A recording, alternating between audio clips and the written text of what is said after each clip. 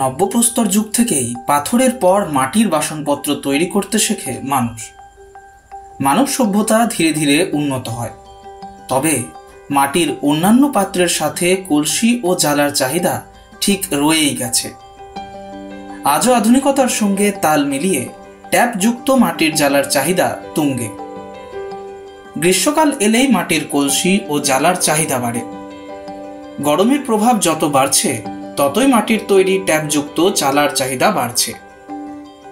হুগলি জেলার আরামবাগের কুমোরপাড়ায় তারই বাস্তব চিত্র দেখা গেল। কলসি গত বছরের থেকে ডবল চাহিদা, কারণ এদের মানুষের অনেক স্বাস্থ্য অনেকটা উন্নতি পাচ্ছে, বুঝতে পারছে, সেই হিসেবে কলসির চাহিদা বেড়ে গেছে। আর মালের দাম আমরা একটু কম রেখেছি এবছর 120 কল দিয়ে, একবারে ঢাকনা দিয়ে 120, তারপরে আছে আপনার 150, তারপরে আছে 180, 200, 220, একদম 500-600 পর্যন্ত একদম টেরাকোটার আছে। তারপর আপনার মুলতানি মাটির ওপর হবে, যুক্তটাই বেশি চাহিদা। আর নর্মালও নেয়, ওগুলো যারা বাড়ি ফ্যামিলি বাড়িতে করে ট্যাপের দরকার নেয়, তারা নর্মাল ট্যাপ বাদ দিয়েও নিচ্ছে। জানা গিয়েছে আগে মাটির কলসি বিক্রি কমে গিয়েছিল।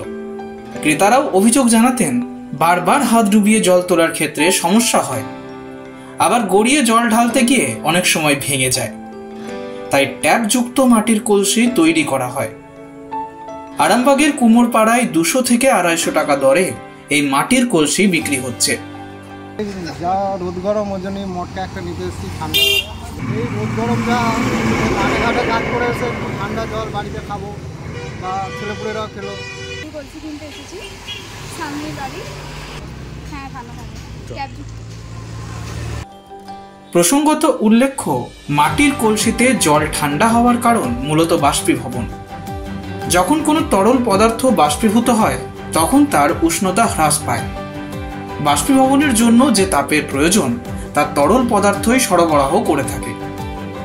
তাপ হারানোর কারণে তরল পদার্থের উষ্ণতা কমে যায়। মাটির কলসি বানানোর সময় মাটির সঙ্গে খানিকটা বালি মেশানো হয় এবং এর গায়ে অসংখ্য ছোট ছোট ছিদ্রও থাকে। সেখান থেকেই মূলত বাষ্পীভবন হয়ে জল ঠান্ডা থাকে। এইসব কথা মাথায় রেখে মাটির কলসির সাথে ট্যাপ যোগ করা হয়, যাতে করে ঠান্ডা জল সহজেই গড়িয়ে খাওয়া যায়। আরামবাগ থেকে মহেশ্বর চক্রবর্তীর রিপোর্ট, এক্সপ্রেস নিউজ।